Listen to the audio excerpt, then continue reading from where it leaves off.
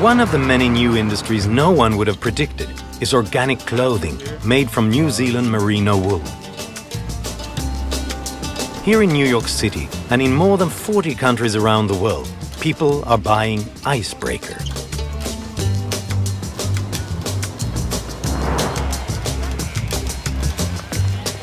So we're 100,000 acres in size, or 41,000 hectares. So here we farm merino sheep, so they're farmed specifically for their wool rather than anything else. I had this dream of living in New Zealand and being involved in something that was international. I met a wool farmer in 1994, and he gave me a merino wool t-shirt to wear, and that changed my life. The feeling against the skin was a total surprise. Their wool is fine and soft and pliable, and it can be turned into lots of beautiful products that you can wear close to your skin without feeling any kind of itch or scratch.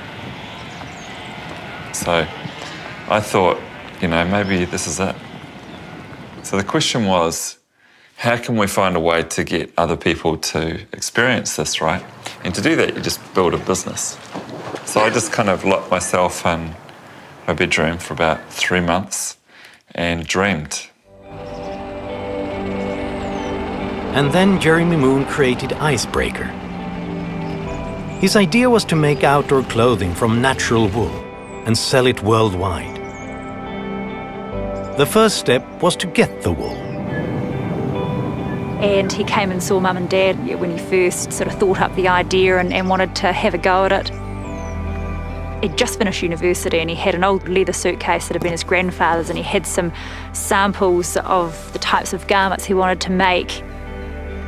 So this is actually the very first icebreaker I ever wore. That got thrown to me by a merino farmer. And it didn't look very good, but it felt amazing. So it was really about the feeling and what we could do with it.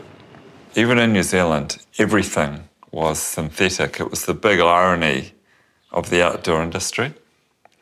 It's like go into nature, but wear plastic against your skin. And he asked if we'd sell him some wool, and so we said, yep, no, we would give it a go. And he left, and Dad sort of said to Mum, well, he was a nice young fellow, but I don't know whether we'll ever see him again. Well, I particularly was a bit dubious about his ability to do very much. Nevertheless, Jeremy forged ahead. In 1995, starting out with just a handful of products, Icebreaker was born. I raised $200,000 from 8 investors, and I invested about half of that money in design, product design, getting our story clear, and really kind of trying to unlock really what the spirit was behind the product. In the first year, we made a profit of $531. And I remember one of the directors said, this is the first company I've been involved in where you can drink the profits and still remain sober.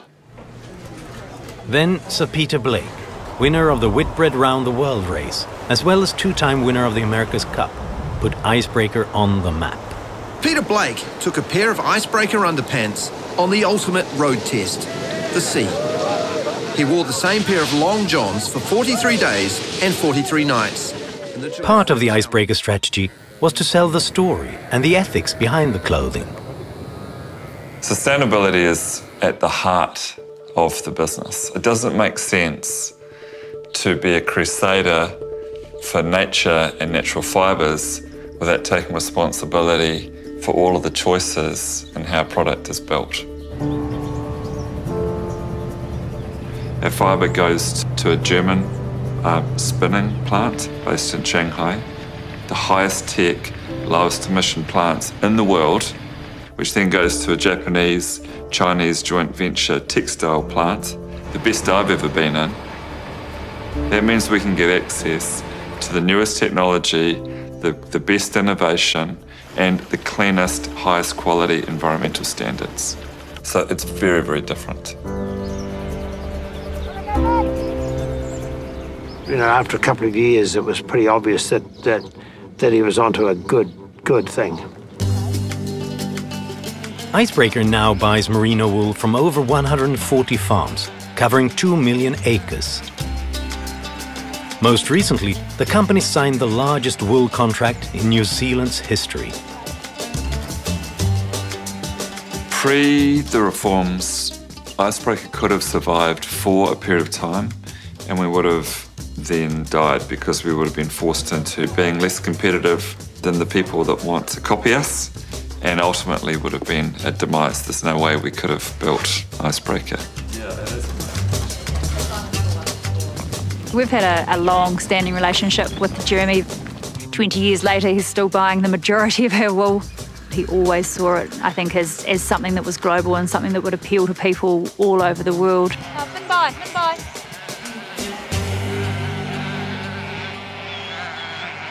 Come on, head out.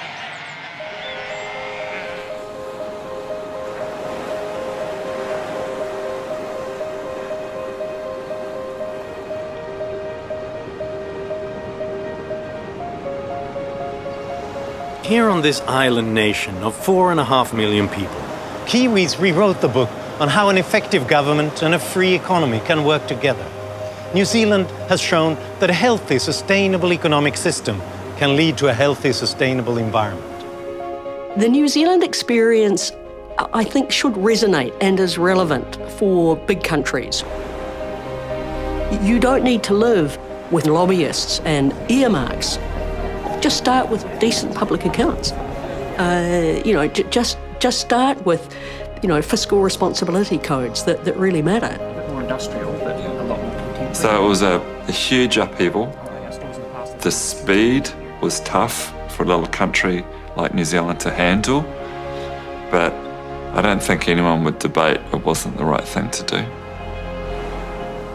New Zealand has really pioneered a system that I think the rest of the world should look at very carefully. The QMS system is by far the best fisheries system in the world to date. You can fish year-round and know that you can make a good living knowing that the fish are always going to be there.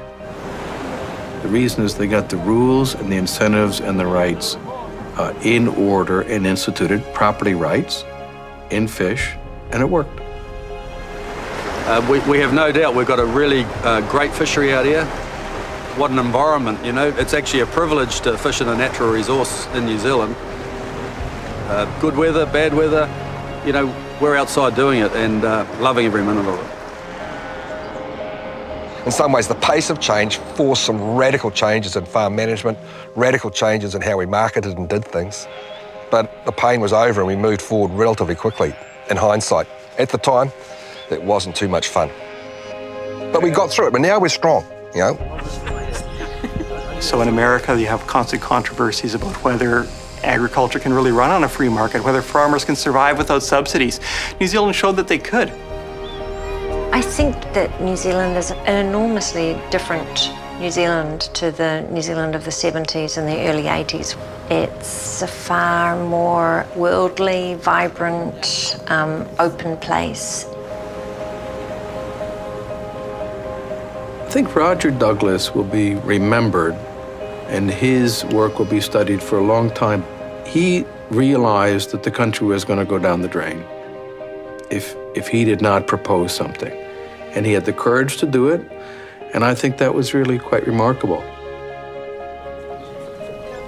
It's been a great story of Kiwi ingenuity and not being afraid to do something different, and I think also having a real global vision. Yeah, no, it's wonderful. I couldn't think of a better place to live.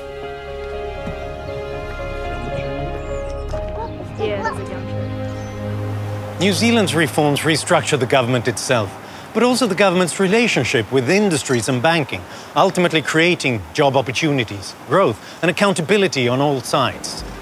Since the agricultural reforms of 1984, New Zealand's food exports have doubled. One area where land was poorly suited for sheep is now a thriving wine-producing region. Economics and the environment are not mutually exclusive. In fact, the two need to be married together for the success of both. Strong economies lead to the most sustainable environments. New Zealand has left behind the stagnation of the past. people here take great pride in being a very small country filled with enormous trailblazers.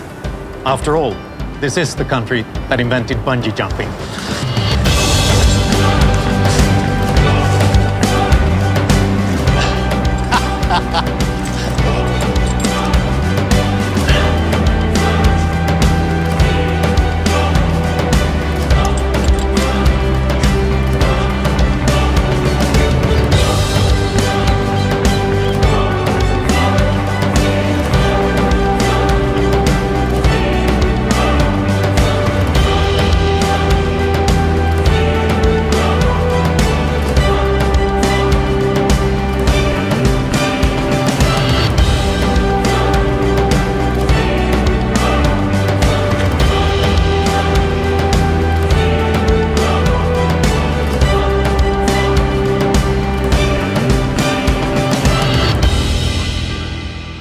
Major funding for this program was provided by the Donald and Paula Smith Family Foundation.